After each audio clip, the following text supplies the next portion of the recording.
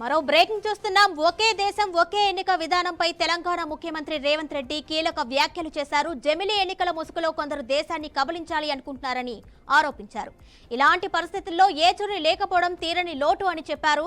దేశ ఐక్యతను బీజేపీ దెబ్బతీయాలని చూస్తుంది అన్నారు. జమిలీ ఎన్నికలతో అధికారం కాపాడుకోవాలని బీజేపీ ప్రయత్నిస్తుందని ఆరోపించారు. దీనికి వ్యతిరేకంగా అందరూ పోరాడాలని రేవంత్ రెడ్డి పిలుపునిచ్చారు. ఏచూరి చూపిన మార్గంలో జమిలీ ఎన్నికలను అడ్డుకుంటామన్నారు. దివంగత సిపిఎం జాతీయ నేత సీతారాం ఏచూరి సంస్మరణ సభలో మాట్లాడిన రేవంత్ రెడ్డి బీజేపీ విధానాలను తప్పుబట్టారు.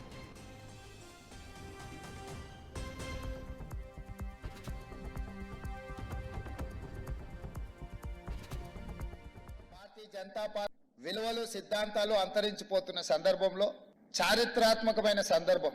దేశం మీద భారతీయ జనతా పార్టీ లేదా భారతీయ జనతా పార్టీ లాంటి ఆలోచనలు ఉన్న వాళ్ళు అధికారం కోసం జమిలీ ఎన్నికల ముసుగులో ఈ దేశాన్ని కబలించాలనుకుంటున్నప్పుడు అత్యంత చారిత్రాత్మకమైన కీలకమైన సందర్భంలో సీతారాం ఏచూరి గారు లేకపోవడం ఈ దేశానికే తీరని నష్టము అని చెప్పి రాహుల్ గాంధీ గారి ఏ ఆలోచన కేంద్ర ప్రభుత్వం ఏదైతే జమిలీ ఎన్నికల్ని తీసుకురావాలనే ప్రయత్నం చేస్తుందో కేంద్ర ప్రభుత్వంలో రవనీత్ సింగ్ బిట్టు కేంద్ర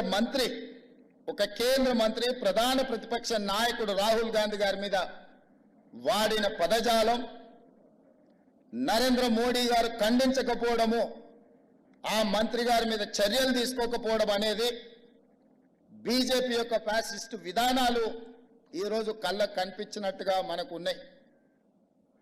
ప్రధాన ప్రతిపక్ష నాయకుడి మీద వ్యాఖ్యానించే ముందు కేంద్ర మంత్రివర్గంలో ఎవరో సామాన్య కార్యకర్త లేకపోతే వీధి రౌడీనో అలాంటి మాటలు మాట్లాడిందంటే వేరు. నరేంద్ర మోడీ గారి మంత్రివర్గంలో ఉన్న మంత్రి ఇట్లాంటి భాష ఇట్లాంటి ఆలోచన విధానంతో మాట్లాడడము ఇది ప్రజాస్వామ్య స్ఫూర్తికి మంచిది కాదు. ఇట్లాంటి తప్పుడు విధానాలు ఇలాంటి భాష ప్రయోగాలు చేసినప్పుడు ఒక జడ్జి లాగా వ్యవహరించే సీతారాం ఏచూరి గారు లాంటి లేకపోవడం మనందరికీ ప్రజాస్వామ్యానికి కూడా నష్టం అని చెప్పి నేను ఈ సందర్భంగా తెలియజేయదలుచుకున్నా. ఏది ఏమైనా